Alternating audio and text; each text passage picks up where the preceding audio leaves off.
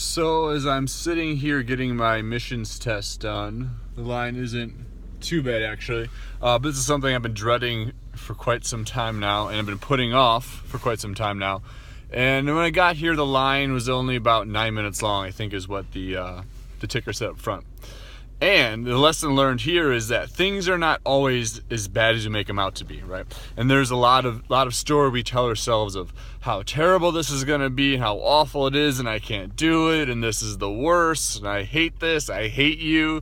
All this kind of stuff that we tell ourselves in our head about how terrible our experience is going to be before it happens.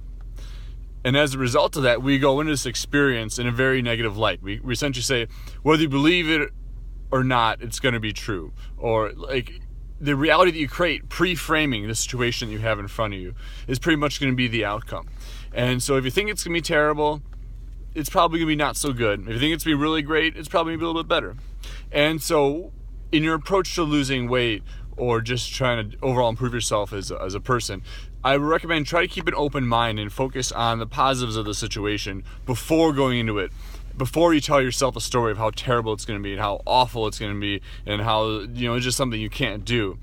Because a lot of people have a very bad relationship with their bodies. They have I wouldn't say bad, a not optimal relationship with their bodies. They have a not optimal relationship with their exercise and with their thoughts. And so essentially they're telling themselves this negative shit all day long about how bad everything is. And if you keep telling yourself how bad everything is, yeah, shit's going to be bad for you. That's the way it's going to work.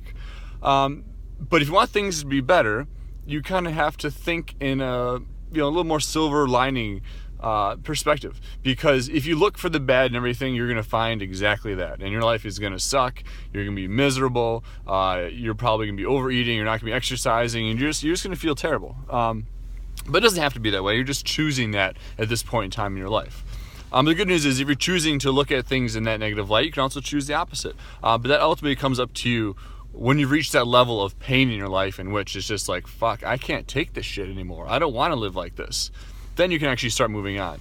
So if you're watching this and you're getting close to that point, I encourage you to keep going, put yourself in more pain so you can actually start changing things. But it's just a matter of looking at things for what they are without all the drama attached to it, right? Look at the data and not the drama. And you're going to find that your experiences that you dreaded so much probably aren't going to be as bad. And it's a lot easier to move through life in that type of perspective. And it's going to be so much easier on you as an individual too, if you just take things for what they are and knowing that the situations that you kind of play up here in your head most likely aren't going to be as bad as you say they are. Now, things may go bad, may not be always going to plan, but if your day-to-day life is just a constant struggle in which you just hate going to work and you just can't wait for the week to be done and everything, you're just grinding it out, I think it's going to be a very challenging life for you. But what you could do is maybe put yourself in a different situation and try to really focus on the things that you want to do outside of just your career, just your job. Instead of just zoning out in front of the TV every night, instead of just planning all these things in which you completely escape from constantly, maybe try to find some areas in your life in which you can actually have some more of that feel-good feeling that you're looking for. Spend some more time doing the things that you want to do. Because the truth is the majority of your life is going to be spent working.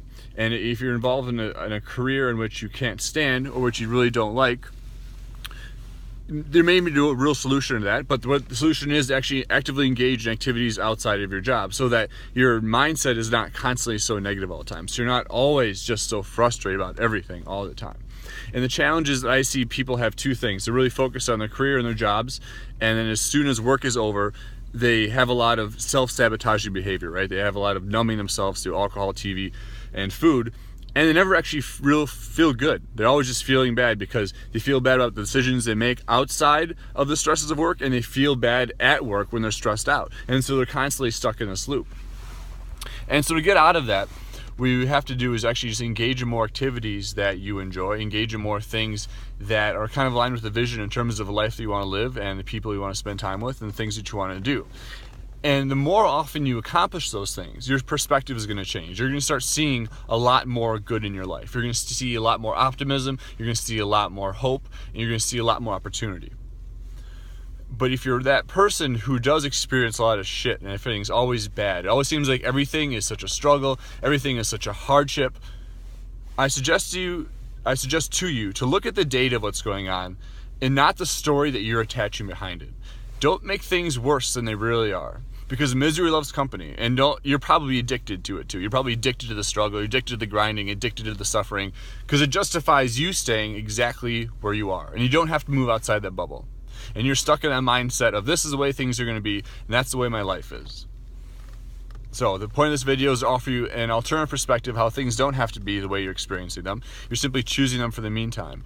And if you haven't gotten to that point yet, I encourage you to continue to get to that point in which you finally say, enough is enough. Now is the time to start changing my life around. All right, so we're not that's too far away now. I think we're about 4 minutes out. So see, it hasn't been so bad, Rafa. I can talk to you guys, shoot a video, and talk to you guys soon.